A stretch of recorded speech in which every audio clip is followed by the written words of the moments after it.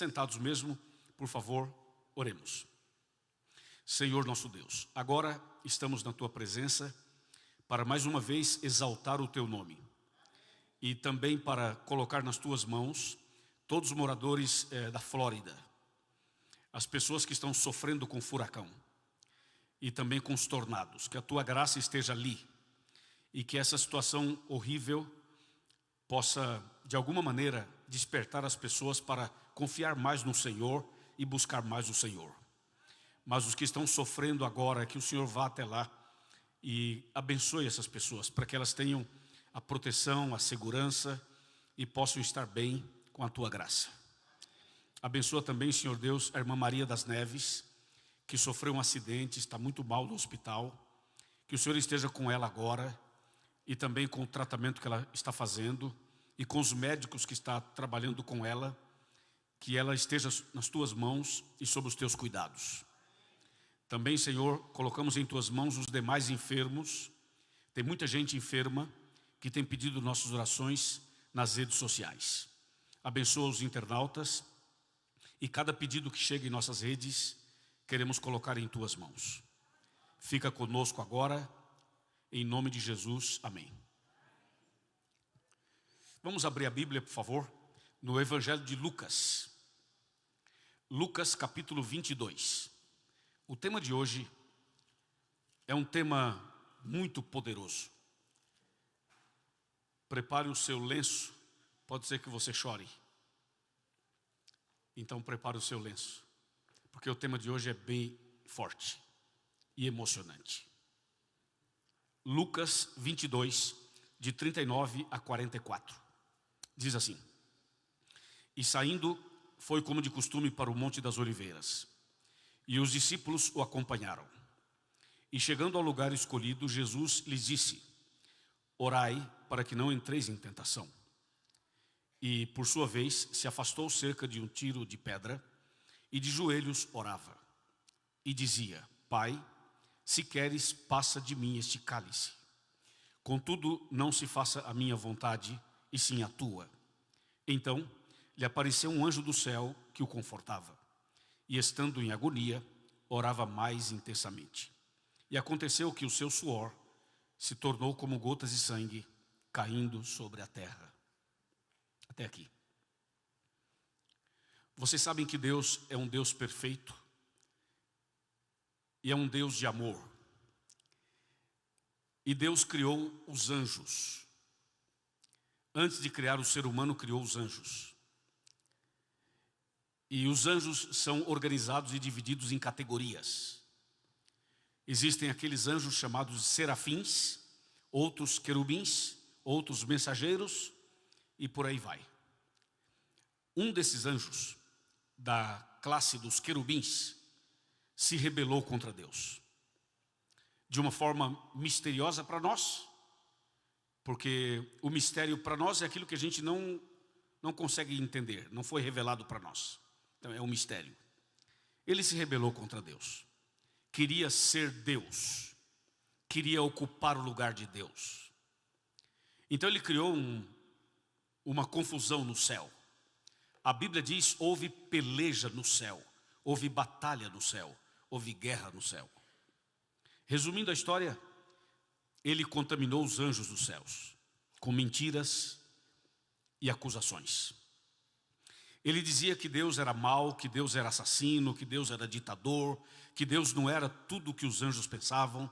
Ele inventou uma série de acusações. Deus poderia matá-lo imediatamente. Mas se Deus o fizesse, as acusações dele ganhariam forças. E se Deus matasse Lúcifer, nesse contexto, os demais anjos poderiam pensar assim: acho que Lúcifer estava certo, porque Deus o matou, porque Deus fez isso. Então Deus é muito sábio, e Deus o expulsou do céu. Mas antes de expulsá-lo do céu, Deus reuniu todos os anjos, e cada anjo teve que tomar uma decisão. E os anjos decidiram, e 1/3 dos anjos ficou do lado do Lúcifer. Quando Deus expulsou o Lúcifer, juntamente com ele expulsou 1/3 dos anjos. Vocês sabem que 1/3 é muita coisa, né? Significa que de cada 3 anjos, um se rebelou. Um se tornou inimigo. Então Deus expulsa o Lúcifer e essa quantidade de anjos. E o inimigo, com os seus anjos maus, vieram para cá, para a terra. E Deus tinha criado Adão e Eva. E esse anjo mau aplicou a mesma estratégia do céu, que ele usou no céu, com Adão e Eva, especialmente com a Eva. Nós não vamos entrar muito em detalhes, porque o meu tema não é exatamente esse, mas eu tenho que começar por aí para entender o texto que a gente leu. O fato é que o inimigo usou uma estratégia muito bem elaborada para enganar a Eva e depois enganar o Adão. Primeiro, Satanás nunca aparece como ele é. Você nunca vai ver na Bíblia o Satanás aparecendo exatamente como ele é. Ele disfarça. Entendeu? Se o diabo aparecesse para as pessoas como ele é, não ficaria sairia todo mundo correndo. Ou então as pessoas iriam se ajoelhar para orar. Então o inimigo não aparece como ele é. Ele usa pessoas, filosofias, ideias, conceitos, usa algum outro instrumento e se esconde. E por trás ele faz a manobra. Por exemplo, quando Deus criou Adão e Eva, Deus disse a Adão e Eva: vocês podem comer de todos os frutos do jardim. O jardim é de vocês. Fiquem à vontade. Só tem uma árvore cujo fruto vocês não podem comer. E Deus contou a história da rebelião. Deus contou para Adão e Eva a história da rebelião. E disse: aconteceu isso. Imagina Deus contando para Adão e Eva o que aconteceu. Deus falou com perfeição, com clareza. Adão e Eva então sabiam o que tinha acontecido. E Deus disse: aqui no jardim do Éden só tem um lugar onde o inimigo tem acesso. É na árvore tal. Então vocês não comam do fruto daquela árvore e não deem ouvidos a esse anjo mau. Tudo é de vocês, mas ali vocês não podem chegar e nem comer daquele fruto. Quando a Eva estava passeando no jardim e de repente percebeu que estava em frente à árvore onde o diabo estaria, ela olhou para a árvore e falou assim: essa é a árvore que Deus falou que o diabo estaria. Interessante, hein? E ela olha para a árvore e não vê diabo nenhum. Essa é uma estratégia. Você acha que o diabo vai aparecer para você e falar assim: olá, boa noite, eu sou o diabo e eu vim aqui acabar com você? Lógico que não. Ele não vai fazer isso. Ele vai usar um esquema que você não perceba na hora. E quando você abrir os olhos é tarde demais. A Eva olhou e não tinha diabo nenhum lá. Então ela pensa: não tem nada aqui. Então relaxou. E daqui a pouco ela escuta alguém chamando o seu nome.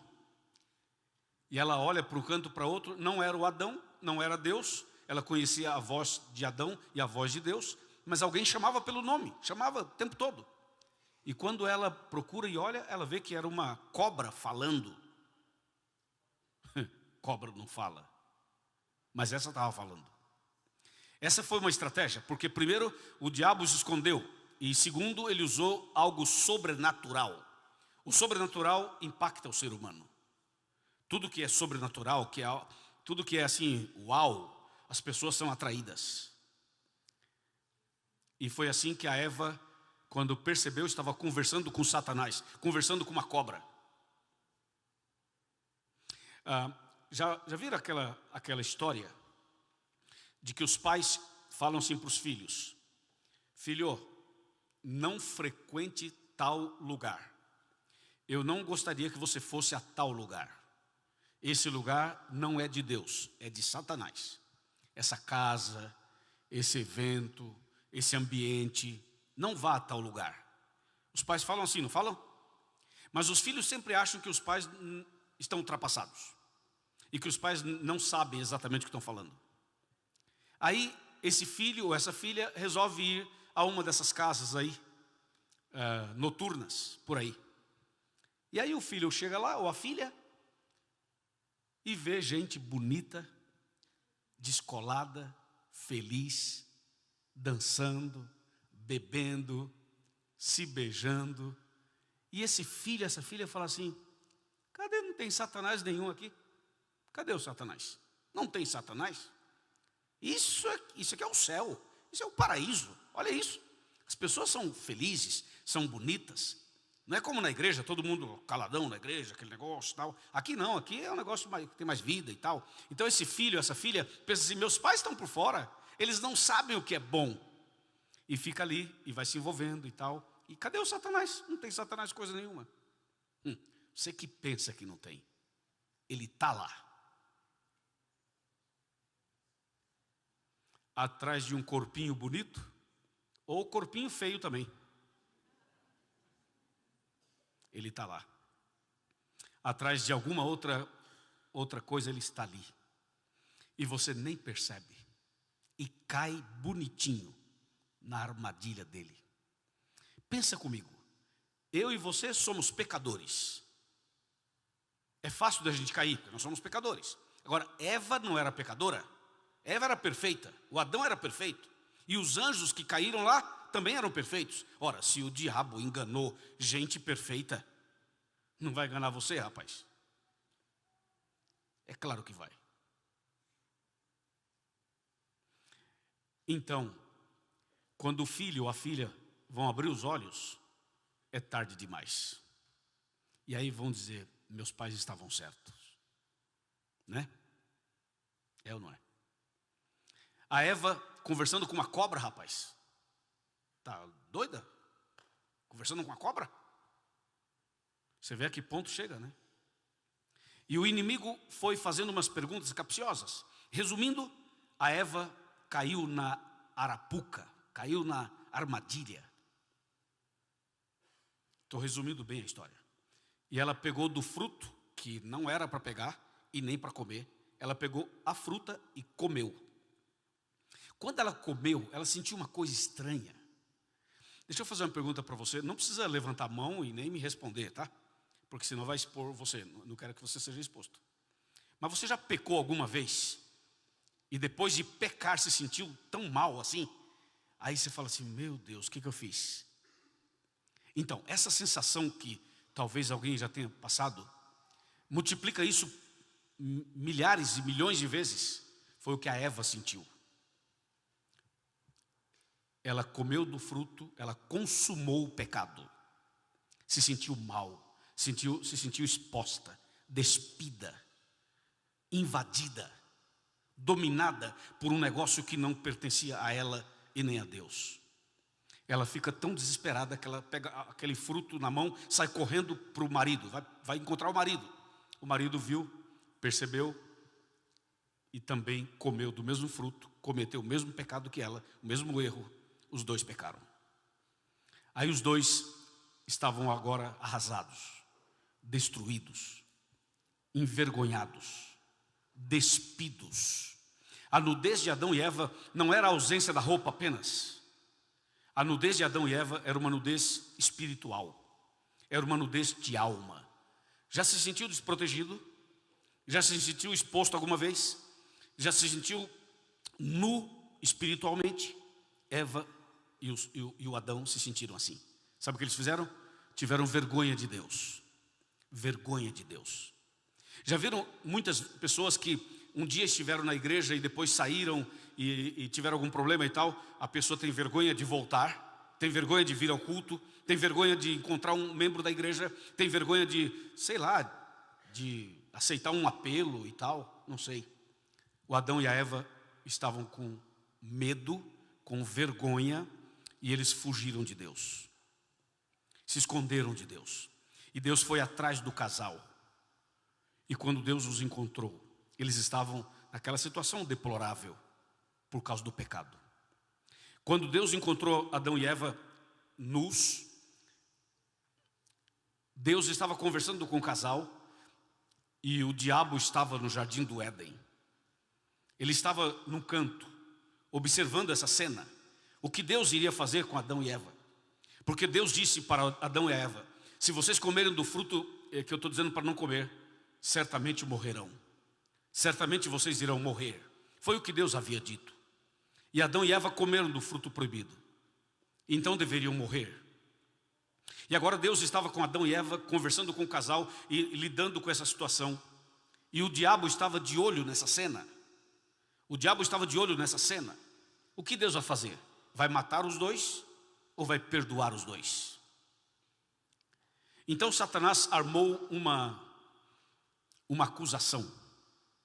Montou um esquema para acusar Deus. O inimigo pensou assim: se Deus perdoar, eu acuso. Se Deus matar, eu também acuso.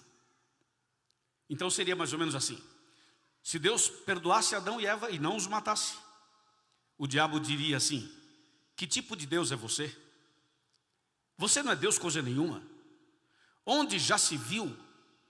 Você não disse certamente morrerás? E agora vai perdoar os dois, né? Não vai matar não? Vai perdoar os dois? Vai dar mais uma chance para eles?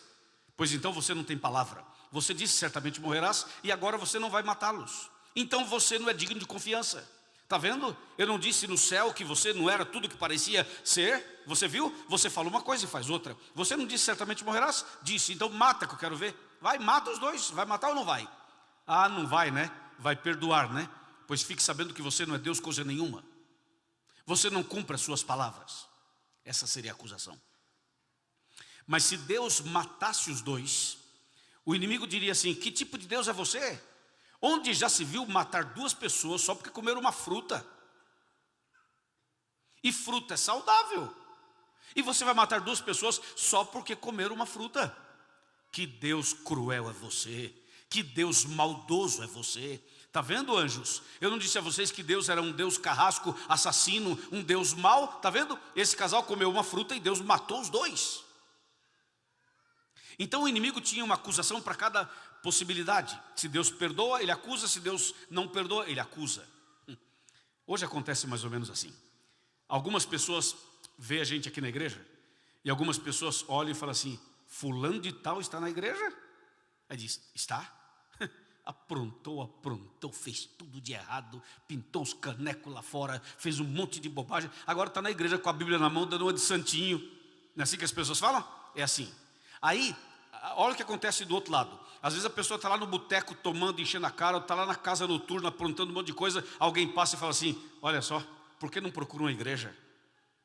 Então é assim, se você procura a igreja, as pessoas acusam. Se você não procura, as pessoas acusam. Ou seja, o diabo é o acusador, ele vai acusar você de qualquer jeito, ok? Ele vai acusar você de qualquer jeito. Então já que ele vai acusar, então eu vou para a igreja, amém, pessoal? Já que vai acusar, acusa, mas eu estou na igreja. E acabou. Entendeu aí? Pegou a ideia? Pegou a visão? É isso. Então, já que vai falar, fale, mas que eu estou na igreja e acabou. O inimigo é assim: se Deus perdoa, ele acusa. Se Deus não perdoa, ele acusa do mesmo jeito. Só que o que o diabo não esperava era o que Deus realmente iria fazer. Deus conseguiu fazer uma coisa que aos olhos humanos seria impossível. Deus conseguiu perdoar Adão e Eva sem deixar de cumprir a palavra dele que diz: certamente morrerás. Isso é um negócio só Deus pode fazer. Sabe o que Deus fez? Deus disse assim: Adão e Eva, eu amo vocês e eu perdoo vocês. Lhes darei uma chance, mais uma chance. Eu não vou matar vocês. Vocês serão perdoados. Mas a minha palavra não pode cair por terra. Então vai ser assim: ao invés de vocês morrerem, eu morrerei no lugar de vocês. Eu vou morrer no lugar de vocês. Ao invés de eu matar vocês, vocês irão me matar. Por essa Satanás não esperava. Deus deu uma segunda chance para o casal e Deus disse: eu morro no lugar de vocês. Uau! Esse é o nosso Deus. Você viu isso? Já pensou nisso? Então Satanás já foi derrotado lá no Éden.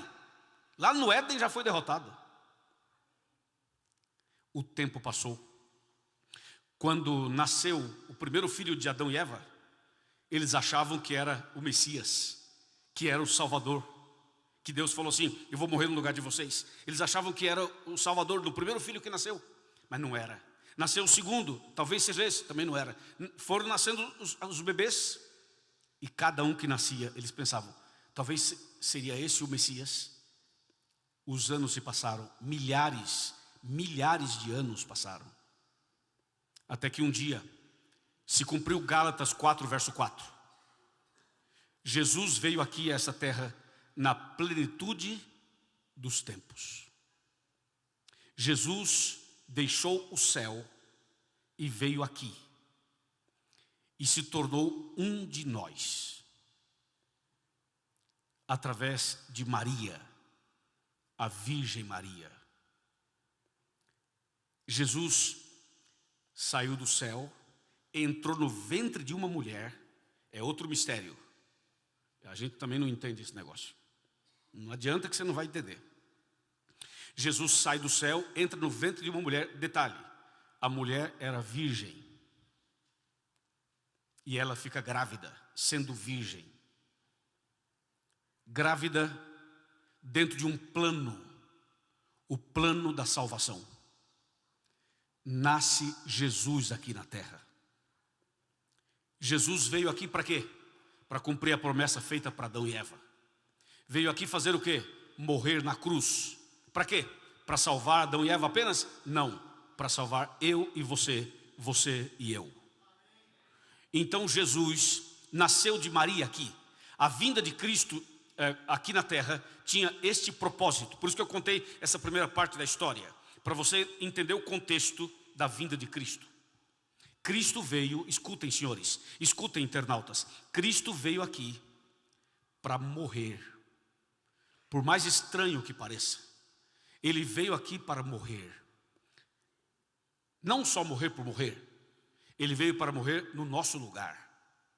Ele veio para morrer a morte que você merecia, a morte que Adão e Eva mereciam. Lembra? Certamente morrerás. Deus veio morrer a morte que nós merecíamos. Então o objetivo de Cristo quando esteve aqui era a cruz. Algumas pessoas acham que o objetivo de Cristo era curar as pessoas. Não, não era. Jesus não veio aqui para curar as pessoas. Ele curou pessoas, claro que Ele curou, mas esse não era o objetivo dele. O objetivo dele era morrer na cruz por nós, morrer em nosso lugar.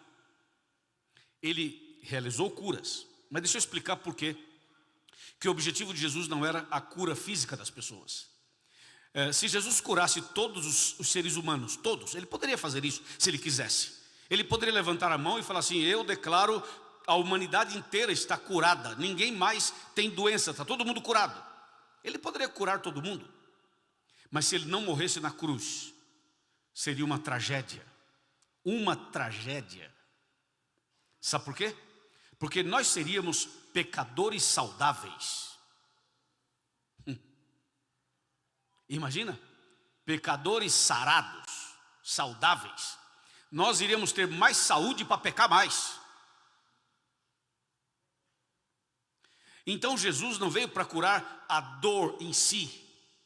Ele veio para resolver o problema que causa a dor. Ele veio para resolver o problema na sua essência, na sua raiz. Jesus não queria apenas curar a febre da sogra de Pedro. Jesus não queria apenas curar o leproso, não queria apenas curar o paralítico, nem o cego e nem o outro que tinha um outro problema. Jesus queria resolver o problema que causa tudo isso. E o que causa tudo isso se chama pecado. Então Jesus queria atacar o mal na sua raiz. E por isso o objetivo dele era a cruz. Porque somente na cruz ele resolveria esse problema. Bom, então por que ele curou algumas pessoas e não curou as outras? Claro, porque esse não era o seu propósito. Bom, mas então por que ele pelo menos curou alguns? As curas que Jesus realizou tinham propósitos. Seria lindo se nós fizéssemos uma semana explicando as curas que Jesus fez. Cada cura tinha um propósito. Jesus não curou por acaso, assim, só para mostrar que ele era o Messias. Não, nada disso. Tinha um propósito. Mas resumindo, cada cura que ele fazia, ele estava dizendo assim: no reino de Deus esse problema não vai existir mais. No reino de Deus não vai ter mais doentes. No reino de Deus não vai ter mais doenças. No reino de Deus não vai ter mais paralíticos. No reino de Deus não vai ter mais cegos. No reino de Deus não vai ter mais leprosos. No reino de Deus não vai ter mais cemitério. No reino de Deus não vai ter mais pessoas mortas. Cada milagre que ele fazia, ele estava dando um recado. Mas o seu objetivo era salvar a humanidade. E para salvar a humanidade, ele tinha que ir à cruz. Quando Jesus nasceu, ele tinha mais ou menos 2 anos de idade. Satanás tentou matar Jesus, sabia? Sabia que o inimigo tentou matar Jesus quando Jesus era uma criança aqui na terra? Ele usou Herodes, que fez um decreto para matar as crianças de 2 anos para baixo. Já leram sobre isso, não já? Sim, o objetivo do diabo era matar Jesus. Mas Deus protegeu e Jesus não foi morto quando criança. Jesus cresceu e aí ele foi batizado no Rio Jordão. Lembra? A Bíblia fala sobre isso. Então Jesus é batizado no Rio Jordão por João Batista. E quando Jesus é batizado no Rio Jordão por João Batista, Jesus sai do batistério, sai do Rio Jordão e vai para o deserto. Fazer o que no deserto? Jejum. 40 dias e 40 noites de jejum e oração. Sabe por que Jesus foi batizado? E sabe por que ele foi ao deserto jejuar e orar? Porque Jesus estava começando o seu ministério. E o ministério de Jesus começou com o batismo e com o jejum e oração.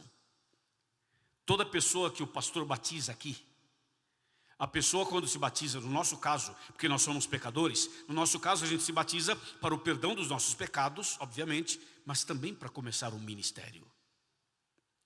Toda pessoa que se batiza, não se batiza apenas para ser membro da igreja. Toda pessoa que se batiza para ser uma testemunha de Jesus. Entendeu? Você que é batizado, você agora é uma testemunha de Jesus. Você pode ser usado por Deus para salvar outras pessoas. Então Jesus começou o ministério dele através do batismo, do jejum e da oração. Por isso que ele passou pelo batismo, foi para o deserto, jejuou, orou. Ali era o início do ministério dele. Quando Jesus terminou o jejum dos 40 dias, acho que vocês vão lembrar do texto e da história. Jesus termina o jejum, aí aparece Satanás para ele. Lembra desse episódio? Satanás aparece para Jesus. Só que o Satanás aparece como se fosse um anjo bom, um anjo de luz, mais uma vez disfarçado. E ele então tenta Jesus no deserto, 3 vezes. E aí, isso merece um chega mais perto. Isso merece um chega mais perto. Vamos sentar aqui no meu banquinho. Vem cá, nessa câmera pode ser? Nessa aqui, me dá um chega mais perto. É o seguinte, olha só. Por que o Satanás lá no deserto não levou uma arma para matar Jesus? Por que não levou uma granada? Por que não levou algum explosivo, alguma coisa para matar Jesus? Vocês perceberam que lá no deserto, quando Satanás aparece para Jesus, depois do jejum, depois dos 40 dias, o Satanás aparece de mansinho, uma estratégia suave. Ele chega e fala assim: se você é filho de Deus, transforma as pedras em pães. Lembra desse episódio?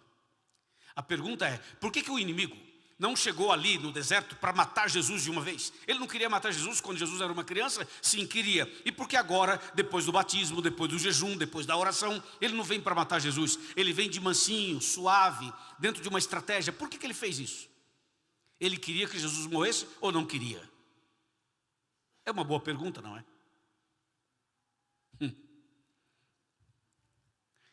Sabe que houve um tempo em que o inimigo queria que Jesus morresse, mas houve um outro tempo em que ele não queria mais que Jesus morresse. Nesse momento, depois dos 40 dias, do jejum, da oração, do batismo, Satanás não queria mais que Jesus morresse.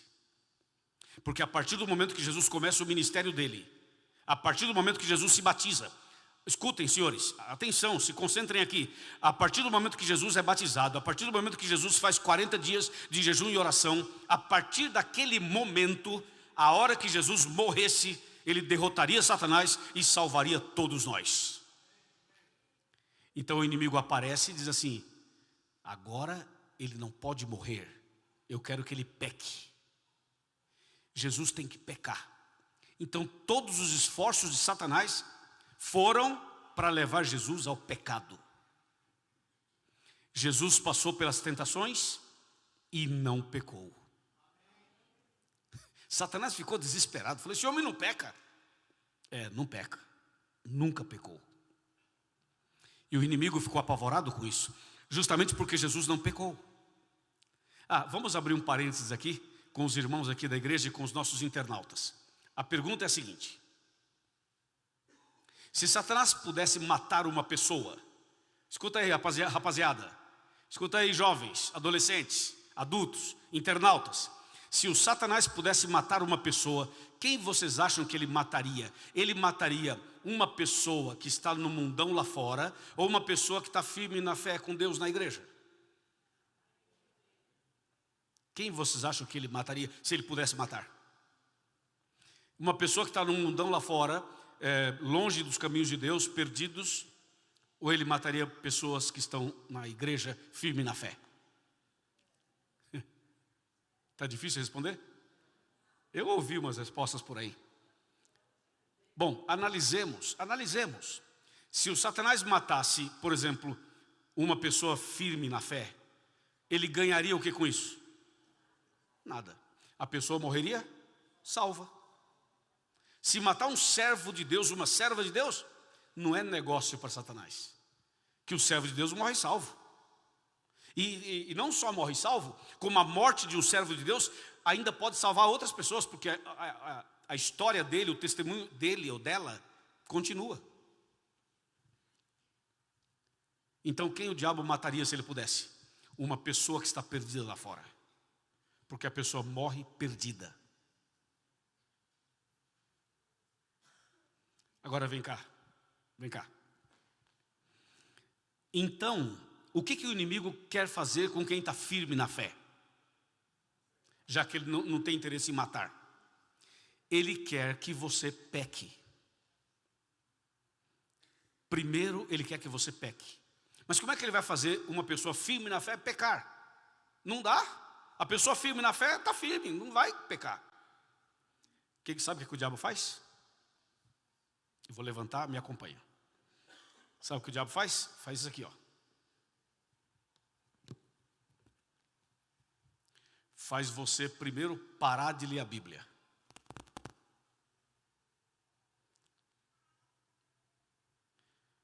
Você tem estudado a Bíblia? Não precisa responder não, é só para pensar. O diabo primeiro faz você não estudar mais a Bíblia. Em sua casa eu estou falando. Entendeu? Aí você é da igreja, mas já não estuda mais a Bíblia. Pegou? Depois o inimigo faz você orar menos. E a sua oração fica muito superficial. Depois ele vai tirando de você as orações. Daqui a pouco nem orar você não ora mais. Só ora para comer, e talvez para sair de casa, e talvez para dormir male. Mas não tem mais aquela vida de oração. Depois ele faz você não frequentar mais a igreja. Você só vem uma vez por semana, ali 1 horinha, 2 horinhas e vai embora. Depois já falta aqui, falta ali. Sem você perceber, você vai se afastando, sabe assim? Sem perceber, você vai se afastando, vai se esfriando. E daqui a pouco você se torna uma pessoa crítica. Começa a criticar a própria igreja. Então é um processo que o inimigo vai fazendo. Algumas pessoas daqui a pouco abandonam a igreja, abandonam a fé. E para justificar os seus erros, começa a projetar nos outros.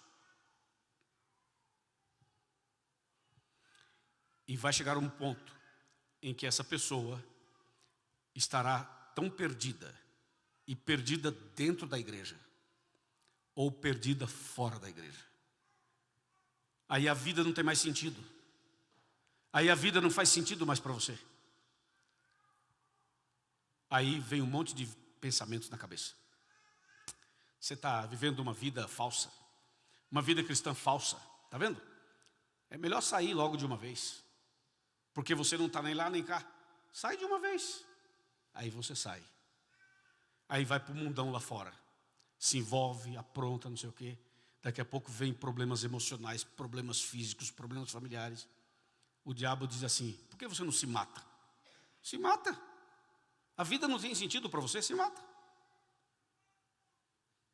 Então cuidado, porque o inimigo é muito astuto para levar cada um de nós ao pecado e à perdição. Só que com Jesus ele se deu mal. Jesus não pecou, amém? Jesus repreendeu Satanás, amém? Jesus disse: está escrito, nem só de pão viverá o homem, mas de toda palavra que sai da boca de Deus. Quer vencer Satanás? Use a Bíblia e diga: eu sou o que sou porque está escrito. Eu faço o que eu faço porque está escrito. Eu não como certas coisas porque está escrito. Eu não frequento certos lugares porque está escrito. Eu me visto dessa maneira porque está escrito. Eu sou assim porque está escrito. A sua fé e a minha fé precisa estar baseada no está escrito na palavra de Deus, amém? Foi assim que Jesus venceu Satanás, dizendo: está escrito. Então o inimigo foi derrotado no deserto, de novo. Tinha sido derrotado lá em cima, foi derrotado no Éden, foi derrotado no deserto. A partir do momento em que Jesus começou o seu ministério, todos os lugares por onde Jesus andava, por onde Jesus ia, o inimigo estava por ali tentando encontrar uma forma de Jesus pecar. O inimigo usou os fariseus, os saduceus, o sinédrio. O inimigo usou outros grupos, outras pessoas, para de alguma maneira pegar Jesus numa contradição, numa falha, em algum equívoco. Você pode ver, a Bíblia está repleta de citações. Diz que assim, perguntaram tal coisa para provar Jesus, para tentar Jesus, para ver o que Jesus responderia. O tempo todo o inimigo estava usando pessoas para achar uma forma de fazer Jesus pecar. Jesus não pecou. Jesus não pecou nem em obras, nem em palavras e nem em pensamento. Jesus uma vez falou assim: aí vem o Satanás. E sabe o que Jesus falou? E não há nada dele em mim. Isso é demais, tá? Isso é impressionante. Olha o que Jesus falou: aí vem o Satanás e não tem nada dele em mim. Em outras palavras, ele não conseguiu contaminar Jesus. E Jesus não pecou. Aí o diabo falou assim: vou jogar um pouco mais pesado. O diabo falou assim: vou jogar um pouco mais pesado. Um dia Jesus reuniu os discípulos dele. Os discípulos, hein? O seu grupo, o seu pelotão de missão, sua equipe de missão. Jesus reuniu os seus discípulos e disse assim: aí pessoal, eu vou para Jerusalém, vão me prender lá, vão me julgar, me condenar, eu serei morto, mas eu vou ressuscitar o terceiro dia e tudo. Jesus estava dizendo isso para os discípulos. Pedro levanta a mão e diz: Jesus, se você sabe que vai para Jerusalém, que vão te prender, que você vai morrer lá, é muito simples. Não vá para Jerusalém, fica aqui. Jesus olhou para Pedro e falou assim: eu sei quem está por trás. Arreda-te de mim, Satanás. Você viu que o inimigo estava usando Pedro para dizer a Jesus assim: não morra na cruz. Não morra na cruz. Primeiro, quando criança, queria que ele morresse. Depois, queria que ele pecasse. Então Jesus nem foi morto quando criança, nem pecou. E agora o diabo diz assim: não morra. Vai morrer por quê? Entendeu? Está tão legal aqui, né? Vai morrer por quê? E usou Pedro para falar isso. Jesus estava tão atento que repreendeu o inimigo. Aí o diabo também não teve sucesso. Jesus e veio para morrer por nós. Vocês pegaram o início da minha fala. Ele veio para isso. Então Jesus continuou, até chegar ao Getsemane. E aí entramos no texto que eu li hoje. Até chegar ao Getsemane. Quando Jesus vai ao Getsemane, leva os seus discípulos. Ele diz assim para os discípulos: vamos orar, orem por mim. Jesus estava com medo, estava angustiado, estava triste, estava muito preocupado. Deixa eu dizer uma coisa para vocês. Jesus, eu estou falando de Jesus 100% homem. Jesus veio à terra como homem. Ele era 100% homem, mas não deixou de ser Deus. Porém, é importante que eu diga que Jesus não poderia usar a divindade dele em benefício próprio. Deu para entender ou não? Para Jesus vencer Satanás, ele não podia vencer Satanás como Deus. Ele Deus, Jesus Deus. Porque venceu Satanás como Deus, aí não me representa, porque eu não sou Deus. Então, sabe como Jesus venceu o mal, venceu o pecado, venceu tudo? Orando, jejuando, fazendo vigílias. Por isso que Jesus orava, jejuava, fazia vigílias. Chamava Deus de Pai, não porque ele era criatura, mas ele estava nos dando uma mensagem, ensinando a gente. Quer ver? Abre mais um parênteses aqui. Você sabe por que Jesus foi tentado no deserto? Lembra qual foi a primeira tentação? Transformar as pedras. Vai, fala comigo, transformar as pedras em pães. Eu pergunto, isso é tentação? Não era uma bebida alcoólica. Não era uma mulher fazendo striptease. Não eram jogos. Não eram esses negócios que muitas vezes são tentação para muitas pessoas. O diabo falou assim, a primeira tentação para Jesus: se você é filho de Deus, transforma as pedras em pães. Eu pergunto, isso é tentação? Se o diabo aparecer para você e falar assim: aí, se você é adventista, transforma as pedras em pães, isso é tentação para você? Não, claro que não. Para mim não é. E por que para Jesus era? Porque Jesus é Deus. E o que o diabo queria, ao esquema do inimigo, ele queria que Jesus usasse a divindade dele em benefício próprio. Se Jesus fizesse isso, pecaria. Quebraria todo o plano. Entendeu agora? Ou seja, Jesus tinha poder para transformar as pedras em pães ou não tinha? Tinha. Mas ele não podia fazer isso. Aí estava a tentação. Agora, Jesus está no Getsemane. E para vencer tudo que ele venceu, ele precisava orar. Jesus estava fazendo isso para dizer para nós assim: atenção Jundiaí, atenção irmãos da igreja central de Jundiaí, atenção internautas, eu vou ensinar para vocês como é que vence. É assim que vence.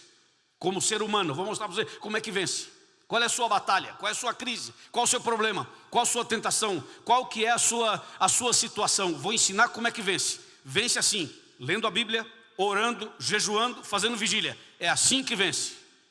Como ele fez. Ele fez exatamente isso. Amém, irmãos? Então, ele vai no Getsemane, e agora você entende porque ele tinha medo. Porque tinha fome, porque tinha sede, porque estava angustiado.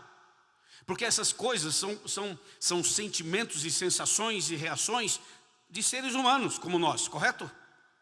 Jesus era ser humano como nós. Então ele foi ao Getsemane orar. Orar por quê? Porque estava chegando a hora de morrer. E Jesus estava ali orando.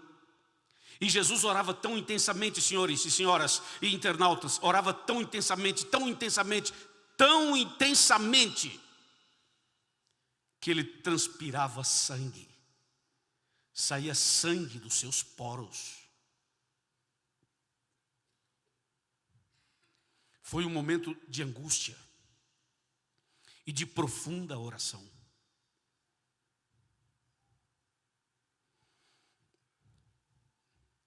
Chegou o momento em que Jesus fez uma prece. Ele estava orando já vinha orando já. Mas na sua prece teve um momento em que ele falou umas palavras.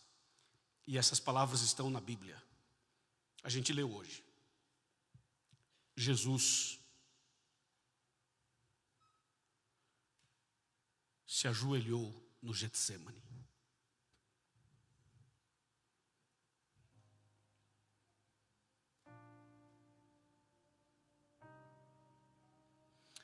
E Jesus fez a seguinte oração: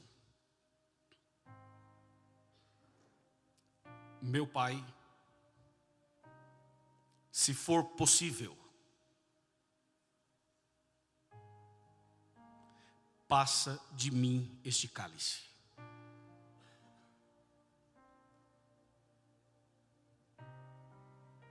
Sabe o que significa isso? Jesus estava dizendo assim: Pai,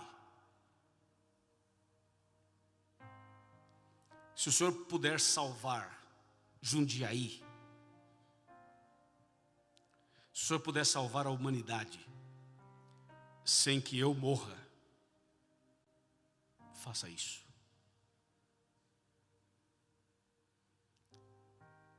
Ele disse: Pai, se for possível, passa de mim este cálice. Se o Senhor puder salvar o Fernando, aquela mulher de verde, aquela outra com óculos na cabeça, você que sorriu para mim, você com a mão aqui, você que está inclinado a cabeça no ombro dele, você de blusa vermelha, você que tirou o braço das costas dela,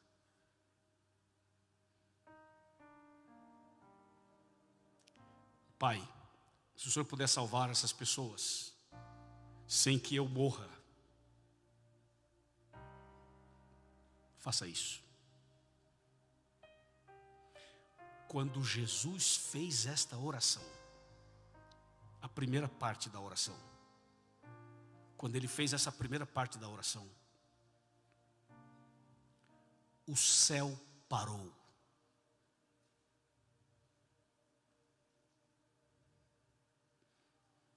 O universo parou. O inferno parou. Satanás se levantou. Os anjos maus se levantaram. Arregalaram os olhos. E entre os inimigos disseram: ele vai desistir. Ele vai desistir. Ele vai desistir. E eu imagino o inimigo e os anjos maus num só coro, como se fosse uma torcida organizada, dizendo: desiste, desiste, desiste, desiste, desiste. Quando Jesus disse: Pai, se for possível, passa de mim este cálice, Satanás se alegrou e pensou: ele vai desistir. Ele vai desistir. O céu parou. Deus olhou para o Getsemane. Os anjos olharam para o Getsemane. Os planetas olharam para o Getsemane. Os seres de todo o universo olharam para o Getsemane. Por um instante, o Getsemane se tornou o centro do universo, o centro das atenções. Foi o dia em que o universo parou, que é o título do meu sermão hoje. Foi esse dia que o universo inteiro parou. Quando Jesus, ajoelhado, sangrando, em angústia, em oração profunda, disse: Pai, se for possível, passa de mim este cálice.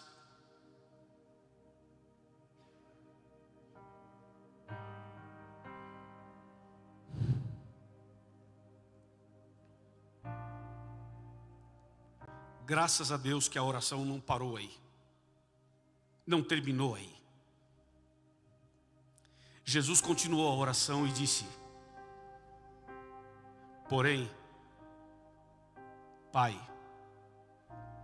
não faça a minha vontade, e sim a tua. Seja feita a tua vontade. O que o Senhor quiser será feito. E Deus disse: meu filho, não há outra maneira de salvar Jundiaí. Não há outra maneira de salvar essas pessoas. Não há outra maneira de salvar a humanidade sem que você morra na cruz. Você precisa ir até a cruz. E Jesus se levanta e disse: Pai, seja feita a tua vontade. Jesus não desistiu de você. Jesus poderia ter desistido ali, mas Ele não desistiu de você. Vocês estão me entendendo?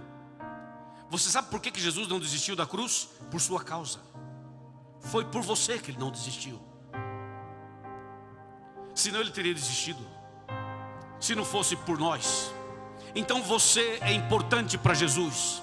Jesus disse: eu vou até a cruz para salvar estas pessoas.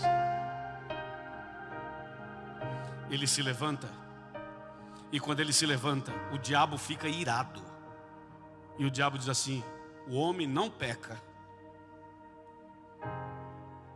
não morreu lá quando era criança, não desiste, vai morrer na cruz, vai me destruir e vai salvar a humanidade toda. Ah, é? Pois bem, então eu vou fazer da sua morte a pior tortura da história. Você vai sofrer como nunca alguém sofreu na história, nunca. Então Jesus se levanta da oração sangrando. Vem um anjo do céu e conforta o coração de Jesus. Aí Jesus se levanta e vai aonde estavam os seus discípulos. E quando Jesus chega lá, vem Judas, um dos 12, abraça Jesus e fala: mestre, e lhe dá um beijo no rosto. O tal do ósculo santo. Foi o beijo da traição. O beijo falso. Entregando Jesus na mão dos soldados. Jesus foi preso com violência. Foi agarrado com violência. Foi levado com violência. Pedro ficou nervoso, pegou uma espada e cortou a orelha de um cara, de um soldado. Jesus fez uma coisa impressionante. Pegou a orelha do homem, colocou no lugar de novo e fez uma cura instantânea. E disse: Pedro, você não está entendendo, né, Pedro? Se eu quisesse me livrar disso aqui, eu pediria para o meu pai, ele mandaria um montão de anjos e eu estaria livre. Não é assim. Curou o homem Jesus e se deixou levar. Jesus então foi levado para um líder, depois para outro líder, depois para outro líder, e foi julgado naquela noite de forma ilegal. Naquela madrugada, passou por tantas coisas naquela madrugada. Chegou o momento em que alguém se aproximou de Jesus e tirou a roupa dele. Jesus ficou despido, completamente nu, como Adão e Eva ficaram nus.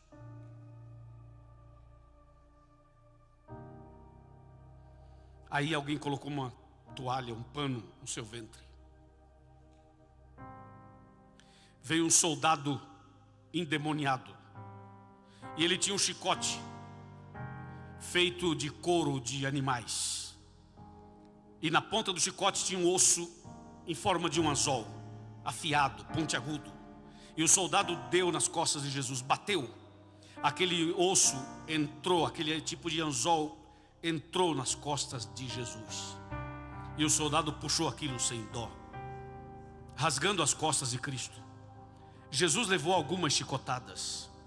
As suas costas estavam abertas. Havia cortes profundos nas costas. Ele sangrava pelos poros e sangrava as costas. Veio um outro e disse: você é o rei dos judeus, não é? Todo rei tem que ter uma coroa. Toma a tua coroa. E pegaram uma coroa de espinhos e colocaram na cabeça de Jesus e forçaram, e aqueles espinhos grossos, grandes, entraram na cabeça de Jesus. E o nosso Salvador estava sangrando pelos poros, sangrando as costas, sangrando a cabeça, estava despido. O diabo estava tentando dizer: Jesus, desista, desista. E o diabo jogou duro para Jesus desistir. E Jesus calado, em silêncio, como está em Isaías 53, ele foi levado como um cordeiro, como uma ovelha muda, ele não abriu a sua boca. Daqui a pouco, cadê os discípulos? Todos fugiram. Os discípulos fugiram. Meus amigos, seguir Jesus quando tudo vai bem é fácil. Seguir Jesus quando tudo está maravilhoso é fácil. Quando eles começaram a seguir Jesus, os discípulos, Jesus fazia curas e eles falavam assim: aí, esse é o Messias.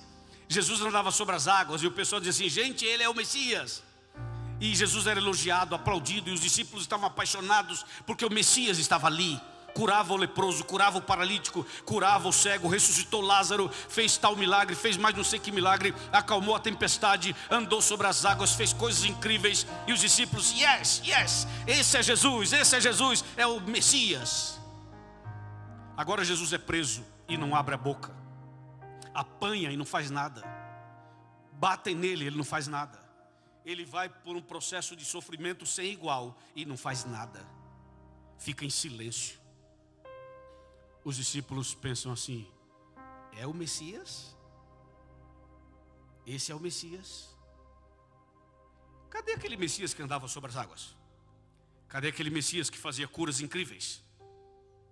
O que aconteceu com ele? Está calado, não faz nada. A gente precisa entender o plano da salvação. Ser fiel a Deus quando tudo está bem é fácil. Se você saísse daqui essa noite e fosse para sua casa, mas você não tivesse uma casa e nem tivesse o que comer, você saísse daqui e não tivesse para onde ir, você seria firme na fé?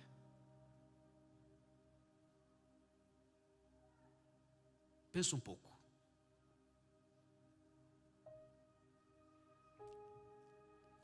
Jesus estava sofrendo, sangrando e apanhando, e não abriu a boca. Logo depois, levaram Jesus para Pilatos. Pilatos examinou Jesus e falou assim: não vejo nada de errado com ele. Nada justifica a crucificação dele. A esposa falou assim: não se meta com esse homem. Essa noite eu tive sonhos com ele, eu tive essa noite problemas, pesadelos, e eu não se meta com ele. E Pilatos disse: não vejo nada de errado com ele. Aí alguém diz assim: se você soltar esse homem, não é amigo de César, não faz parte do nosso partido, quebrou a aliança política. Pilatos pede água, lava as mãos e diz: faça o que vocês quiserem. E a multidão disse: solte Barrabás e crucifica Jesus. Como não dava mais tempo para fazer uma cruz para Jesus, não dava mais tempo, pegaram a cruz de Barrabás e colocaram sobre Jesus.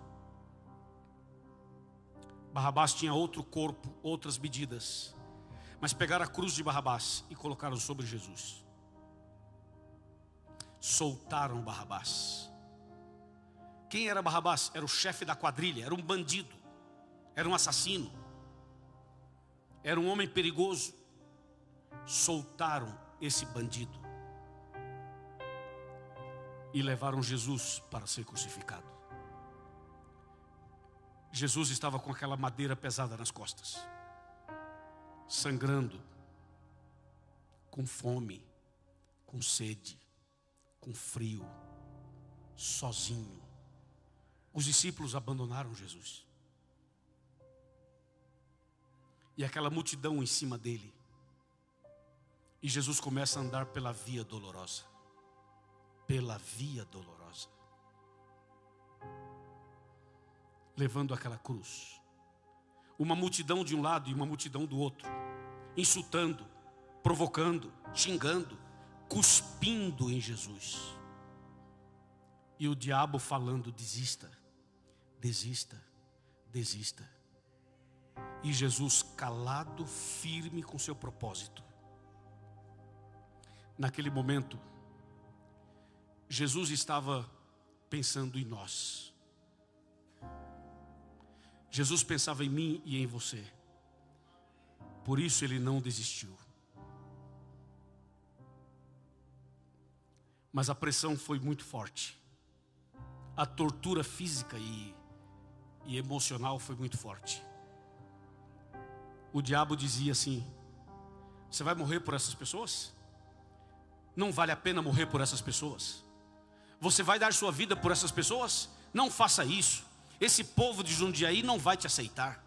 Esses homens e mulheres não vão te aceitar. Esse pessoal não quer nem saber de igreja, não quer nem saber de Bíblia, não quer nem saber de você. Você vai morrer por essa gente não vai te aceitar. Desista, Jesus, desista. Esse povo quer saber só de fumar, beber, usar drogas, sair pelas festas, curtir a vida. Ninguém quer saber de igreja não, ninguém quer saber de Bíblia não, ninguém quer saber de você não. Desista, Jesus.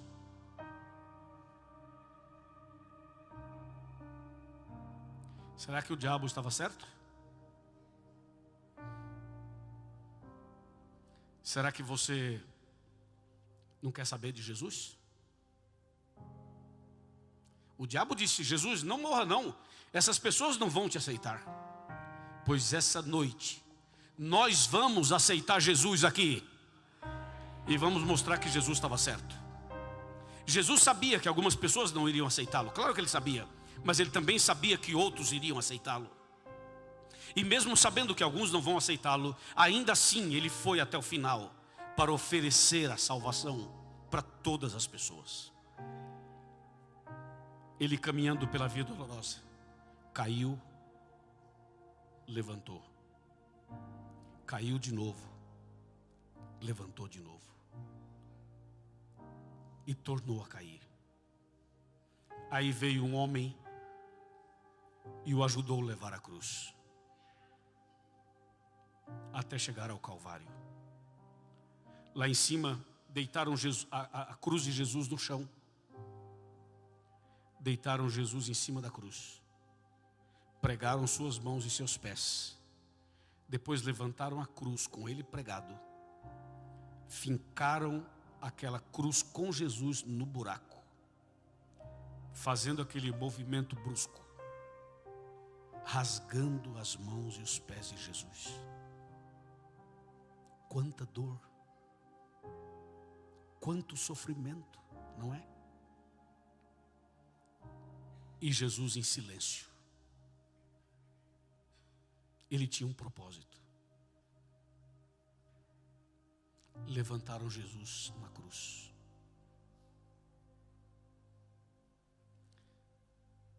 O Criador dos céus e da terra estava pendurado entre o céu e a terra, exposto ao ridículo, entre dois ladrões, sem os seus discípulos.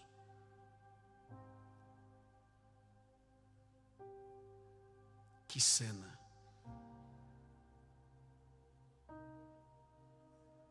Os dois ladrões estavam ali, e um deles blasfemava e dizia: Jesus, você é o Messias? Se você realmente é o Messias, desce da cruz, salva-te a ti mesmo e a nós também. Como é que é? Desce da cruz? Como é que é? É isso mesmo? Desce da cruz? Parecia uma sugestão interessante, não é? Mas aquele homem estava sendo usado por Satanás. Como desce da cruz? Se Jesus descesse da cruz, nós estaríamos perdidos e ele derrotado. Jesus. Até o último instante, o diabo tentou impedir Jesus de morrer por nós. Desce da cruz.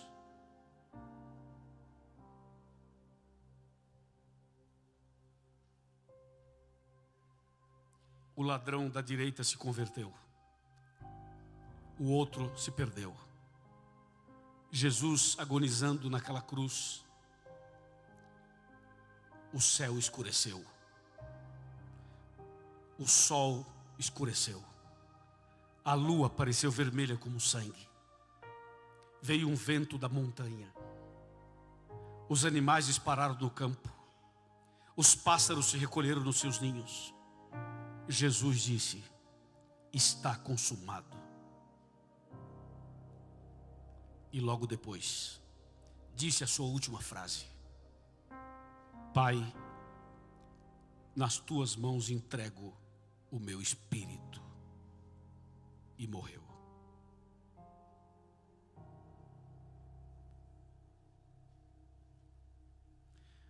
Quando Jesus morreu, a terra tremeu. Algumas sepulturas se abriram e pessoas fiéis, algumas delas, ressuscitaram. Jesus morreu. Satanás estava derrotado e nós estávamos salvos.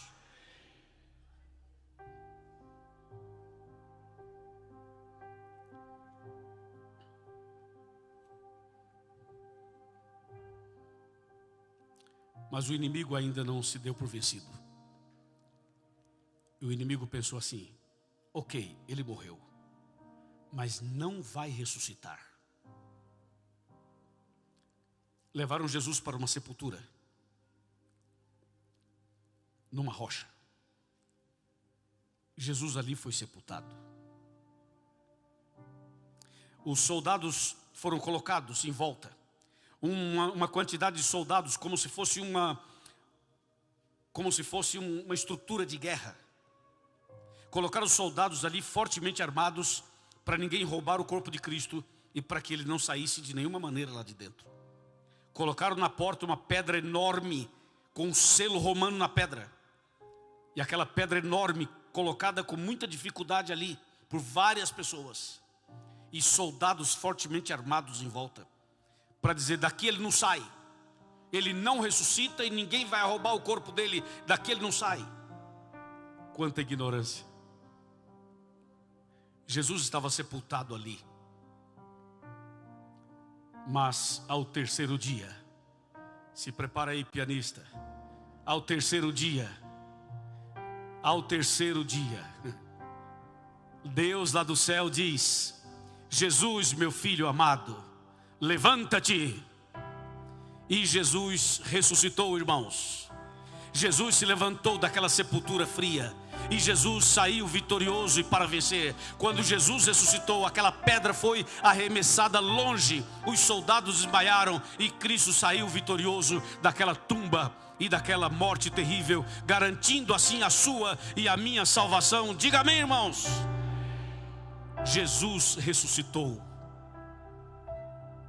Que incrível isso, maravilhoso, extraordinário. Deixa eu falar uma coisa para vocês. Eu fui à sepultura de Jesus. Alguns aqui também já foram. Eu estive nesses lugares todos que a Bíblia menciona. Tudo é incrível. Mas para mim, a sepultura dele foi o lugar mais incrível. Eu peguei uma fila para entrar. Toda vez que você for a Israel e for visitar a tumba de Jesus, vai ter fila.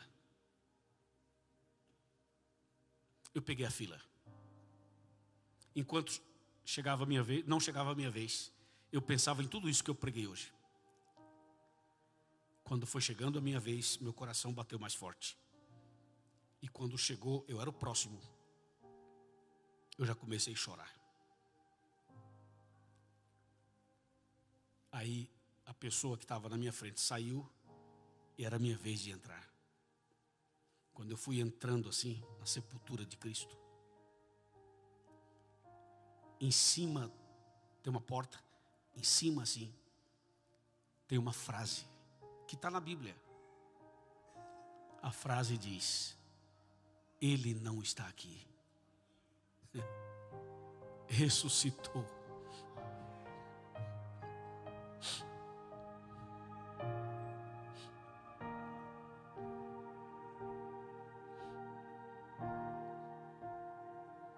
Ele não está aqui. Ressuscitou.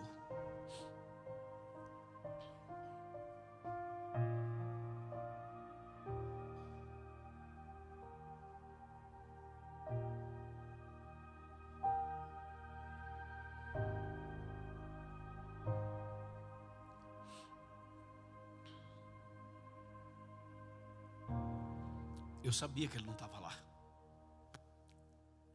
Quem lê a Bíblia sabe. Mas uma coisa é você ler na Bíblia, outra coisa é você ir lá. Aí eu entrei e sentei no chão da sepultura dele.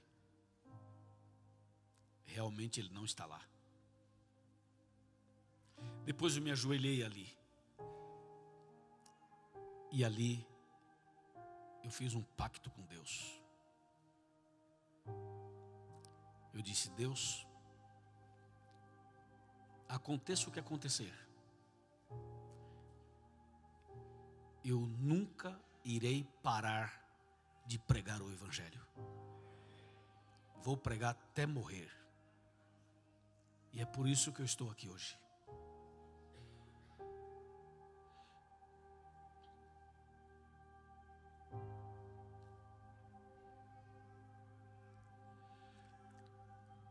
Aí eu fiquei pensando assim: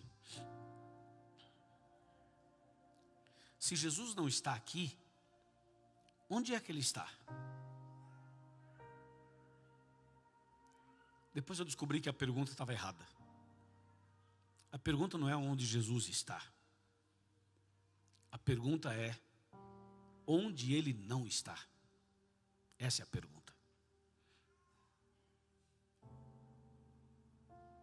Eu sou testemunha ocular de que Jesus está vivo, de que a sepultura está vazia. Aí depois eu descobri onde Jesus está. Está em Jundiaí. Mas não está só aqui, né? Está em Israel também. Está em todo lugar. Ele está vivo. E Ele está aqui no meio de nós. Jesus está aqui, representado pelo Espírito Santo, e Ele mesmo está aqui, no meio de nós. E é sobre Ele. É sobre Ele, não é sobre mim, nem sobre você. É sobre Ele. Escute uma coisa: Jesus não desistiu de você. Por que você desiste dele? Por que você desiste da Bíblia? Por que você desiste de orar? Por que você desiste de frequentar a igreja? Por que você é tão lento para tomar uma decisão? Me diz. Por que você não entra naquele batistério ali? Por que você não procura os pastores e diz assim: me batizem, por favor? Por que você demora tanto? Me diz. Tem alguma coisa mais importante na sua vida do que Jesus? O dinheiro é mais importante? A sua empresa é mais importante? Seus negócios são mais importantes? O que é mais importante para você? Tem alguma coisa em Jundiaí mais importante? Tem alguma coisa no estado de São Paulo mais importante? Tem alguma coisa na sua vida mais importante? Não, não tem. Você nasceu, você não tinha nada. Nasceu sem nada. Quando você morrer, também você não vai levar nada. E por que você não se prepara para a vida eterna? Por que você não se entrega a Jesus hoje? Me diz por quê? Qual o seu problema? Tem medo? Medo de quê? Jesus não desistiu de você. Jesus sofreu tudo isso por você. E por que você fica preso em coisas pequenas, menores? Me diz. Por que você não se levanta e não diz: pastor Jean, pelo amor de Deus, me batiza. E o que tem que deixar eu vou deixar, o que tem que mudar eu vou mudar, e o que tem que abandonar eu vou abandonar. Por que nós somos tão morosos, tão lentos? Por que essa inércia terrível? Meu irmão e minha irmã, se esta semana terminar e você não tomar uma decisão, não valeu a pena ter vindo aqui. Isso aqui não é um show. Isso aqui não é um espetáculo. Isso aqui não é um teatro. Isso aqui não é um evento qualquer. Isso aqui não é um programa de televisão. Isso aqui não é um programa qualquer de um espetáculo humano de entretenimento. Não, isso aqui é uma igreja. Isso é uma igreja. E eu estou pregando sobre Jesus, o seu Salvador. E você não pode desconsiderar isso. Você pode não ter muita fé. Ok, eu também não tenho muita fé. Mas nós precisamos nos entregar a Jesus com muita ou com pouca fé. Do jeito que nós somos, temos que nos entregar. E eu não entendo por que pessoas não se entregam. Será que o diabo estava certo quando disse a Jesus: não morra, Jesus, que essas pessoas não vão te aceitar? Você é uma delas. Você vai fazer a vontade de Satanás e não vai se entregar? Ou vai fazer a vontade de Jesus e vai dizer: aí Jesus, você morreu por mim, eu te aceito e eu me entrego. Hoje eu vou fazer um convite para você. E eu quero ver qual vai ser sua decisão. Quero ver se você vai exaltar o Satanás ou a Jesus.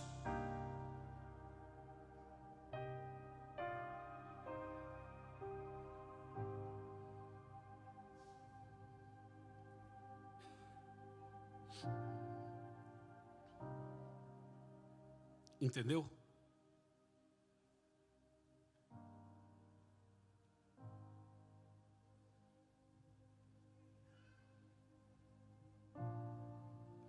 Quantos de nós deseja declarar mais uma vez que Jesus é o seu Salvador? Segura, eu quero olhar. Eu quero ver se alguém não levantou a mão. Eu quero ver. Levanta essa mão, meu filho. Levanta esse braço, meu amigo. Levanta esse braço. Não tenha medo de levantar. Levanta os dois. Os dois braços. Tipo assim, é para não ter dúvida. É para não ter dúvida. Isso, segura que o internauta está mostrando para os internautas. Mostra aí para os internautas que nós aceitamos Jesus como Salvador. É isso, amém, amém. Deus seja louvado. Agora eu quero fazer uma pergunta. Tem alguém aqui que diz assim: depois do que eu vi hoje, eu quero me batizar? Não estou falando de data, estou falando de decisão, tá certo? De decisão. Cada um tem o seu time, cada um tem o seu tempo, cada um tem o seu momento. Mas a decisão pode ser hoje, deve ser hoje. Quem aqui diz assim: Jesus, o Senhor não desistiu de mim, né? Pois eu também não vou desistir do Senhor. Eu quero me batizar. Quem vai ser? Fica em pé, fica em pé. Você que diz: eu quero me batizar. Uma salva de palmas para eles. Uma salva de palmas para eles. Aí, mais uma garota aqui, uma salva de palmas aqui. Mais uma aqui. Você está decidindo se batizar. Levante-se agora e diga: eu quero me batizar. Levante-se agora e diga: eu quero me batizar. Parabéns. Ali, mais uma garota ali atrás. Uma salva de palmas para ela. Mais uma ali, pastor, perto de você. Pastor Jean, mais uma aí atrás. Quem mais vai romper as barreiras? Você também. Olha aquela garota ali também. Uma salva de palmas para elas três ali. São três. Meus parabéns. Ali, pastor, umas garotas. E essa que está em pé aqui também. A que está em pé e as que estão atrás ali. Mas deve ter mais gente que deve se batizar. Mas eu tenho uma dúvida. A gente resolve isso aí depois, mas decida agora. Eu tenho uma pergunta, ok, pode ter mais perguntas, mas o chamado é para você. Mas eu sou evangélico, qual o problema? Mas eu sou católico, qual o problema? Mas eu... Não arruma desculpa, não arruma desculpa. Só decide. Entendeu ou não? Só decide. Não você entende não? Dá para ficar em pé mais um pouquinho? Mais uma salva de palmas aqui para o nosso amigo aqui. Fica em pé, a garota ali atrás, fica em pé, não senta não, fica em pé. Por favor, desculpa pedir isso para vocês, mas fiquem em pé, não senta não. Fiquem em pé, não senta ainda não. Porque eu quero convidar mais pessoas. Quem mais decide hoje se batizar? Quem mais? Alguém ali está? Muito bem. Uma salva de palmas para elas. Parabéns. Quem mais aceita Jesus e diz assim: agora é comigo, Jesus já fez o que tinha que fazer, agora eu quero declarar que eu sou de Jesus e quero me batizar. Quem mais decide nessa noite? Quem mais está sentindo o chamado de Jesus e quer se levantar agora? Levante-se agora. Algumas pessoas estão pensando, né? Será que é comigo esse negócio? Não é? É com você mesmo. Mas será que é comigo que você está falando? É com você que eu estou falando. Exatamente com você. Se você entendeu a mensagem de hoje, levante-se agora e aceite o batismo. Tem mais alguém? Deve ter, né? Deve ter. Se tiver mais alguém, esse é o momento. Para que essas pessoas não fiquem tão sozinhas em pé, muita exposição, eu vou pedir que os amigos deles se levantem ao lado deles, para que ninguém se sinta tão exposto assim. Aí você tem uma pessoa do lado, isso ajuda. Isso, fica do lado dessas pessoas que estão em pé. Fique do lado dessas pessoas. Será que não tem mais ninguém? Tem ou não? Será que tem mais alguém? Não sei se tem, por isso que estou falando assim. Mas se tiver mais alguém que está pensando, levanto ou não levanto? Na dúvida, levanta. Na dúvida, levanta. Levanta. Você, amém. Meus parabéns. Deus abençoe. Deus abençoe. Levanta alguém com ela lá, levanta alguém ao lado dela, para dar os parabéns para ela e ficar ao lado dela. Isso aqui não se trata de número, não é número. Se trata de salvação, é isso. Salvação. Será que tem mais alguém? Deve ter, né? Como tinha aquela ali, tinha outra ali, deve ter mais gente. Você viu como é difícil levantar? Percebeu? Você entendeu a jogada do inimigo? Aí Jesus, não adianta, o pessoal não te aceita. Você está vendo como é difícil aceitar? Aceitar o batismo. Porque não é só dizer aceito Jesus. Tem que aceitar Jesus e tem que se batizar. Entendeu? Então é um conflito que tem. Eu sei que é um conflito, mas você pode decidir. Eu imagino que tem alguém pensando assim: estou quase levantando. Quase. Se você falar mais 40 segundos, eu levanto. Então eu vou falar mais 40 segundos para você levantar.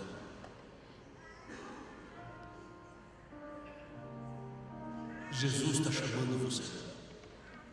O Espírito Santo está aqui. O Espírito de Deus está aqui, operando, trabalhando, tocando. O Espírito de Deus está aqui. E o Espírito Santo é quem toca, é quem nos chama, é quem nos levanta. Será que você precisa de uma ajuda? Uma vez alguém falou assim para mim: cara, eu quero levantar, mas não consigo, minhas pernas estão pesadas. Eu falei: eu vou aí e te levanto. Tem alguém que quer que eu vá levantar você aí? Eu vou. Talvez alguém que se afastou dos caminhos de Deus e precisa se rebatizar. Se você precisa se rebatizar, levante-se também.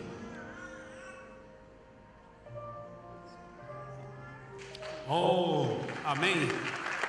Mais um, mais dois ali, amém, mais três. Deus seja louvado, amém. Glória a Deus nas alturas. Glória a Deus nas alturas. Abracem esses irmãos que acabaram de se levantar. Tem mais alguém? Talvez tenha alguém que já frequenta essa igreja há um tempão e não decidiu ainda. Talvez tenha alguém aí que já frequenta isso aqui, todo mundo acha que você já é membro, mas você ainda não batizou. Cadê você, meu amigo? Cadê você, minha amiga? Cadê você? Enquanto você pensa, deixa eu fazer um chega. Amém, amém, amém, amém. Uau! Por favor, dá um abraço nela aqui para mim. Vai lá, abraça essa menina. Você está vendo como a pessoa está pensando, está orando. Eu sei que a pessoa fica sentada, é uma luta, mas Deus vai te dar vitória. Deus vai te dar vitória. Quando você se levantar, é como se você fosse liberto, assim, sabe? Há uma libertação quando você se levanta e diz assim: eu vou. É uma libertação.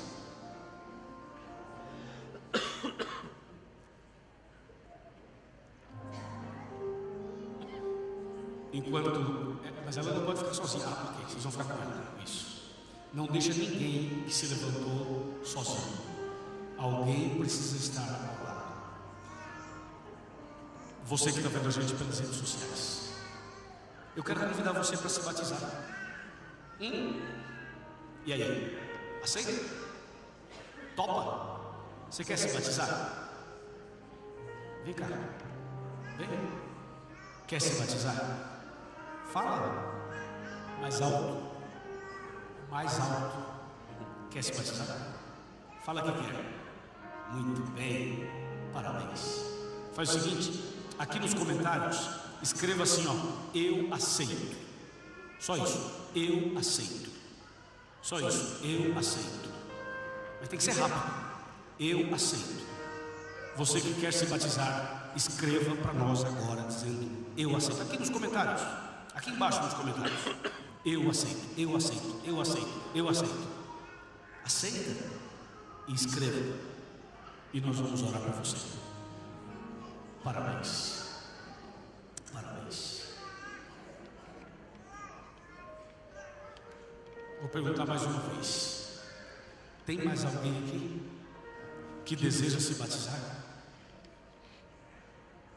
Tem mais alguém que está sentado, lutando, pensando: será que eu vou? Será que eu não vou? Se tiver mais alguém, rompe esta barreira e se levante, em nome de Jesus.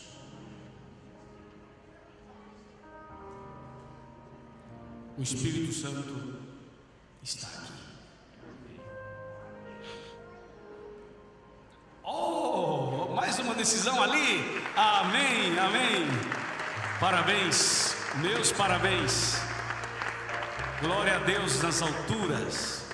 Glória a Deus nas alturas. Aí alguém tem um celular para me mandar um eu aceito? Me traga um celular aqui conectado, que está conectado. Pode trazer aqui o celular, pode trazer. Tem algo? Como é que está aí? Aqui, pastor, já chegou aqui? Acho que todos iam trazer a mesma ideia, não é? Olha aqui, ó. Eliana disse eu. O Aloísio disse eu. A Lindy Omar disse amém. A Ana Paula disse Deus seja louvado. O Marco disse amém. Eu aceito ser rebatizada. Helena. O André disse amém, eu aceito. O Gilberto Júnior disse eu aceito ser rebatizado. O William disse louvado seja Deus. Vai escrevendo. Posso ficar um pouquinho? Fica aqui, pastor. À medida que vai decidindo, você vai me avisando. Karen, continua o meu apelo. Continua assim em pé como estão. E continua o apelo, Karen. Quando a Karen estiver cantando, se você aceitar o batismo, levanta. Durante a música dela, levante-se. Tá bem? O filho dela está... Segura, Karen. O filho dela está na internet? Me dá aqui o celular, traz aqui, irmão. Vou pegar o dele, porque já vai mostrar direto. Dá licença, internauta. Vou desaparecer um pouquinho. Me dê aqui, tá aí o nome dele aí? Como é que ele chama? Gilberto, é seu filho? Oh, vem cá, irmã. O esposo dela, vem cá, vocês dois. Por favor, desculpa tirar vocês aqui um minutinho. Vem cá, irmã. Como é que é o seu nome? Maurício, vem cá, Maurício. Vem cá. Chega mais perto. Sobe aqui no altar. Vem cá. Como é seu nome? Maria das Graças. E qual o nome do seu filho? Gilberto Júnior. Onde ele está? Franco da Rocha. Franco da Rocha. Ele acabou de decidir. Sim, ele quer se rebatizar. Ele mandou a mensagem aí? Ele está no ao vivo? Está vendo ao vivo? Como é que ele chama? Gilberto. Ô Júnior, pode chamar de Júnior? Ô Júnior, você quer matar essa mulher do coração, Júnior? Que é isso, rapaz? Gente, uma salva de palmas pro Júnior. Mais forte. Aí, Júnior, é para você, Júnior. Para a honra e glória de Deus, Júnior.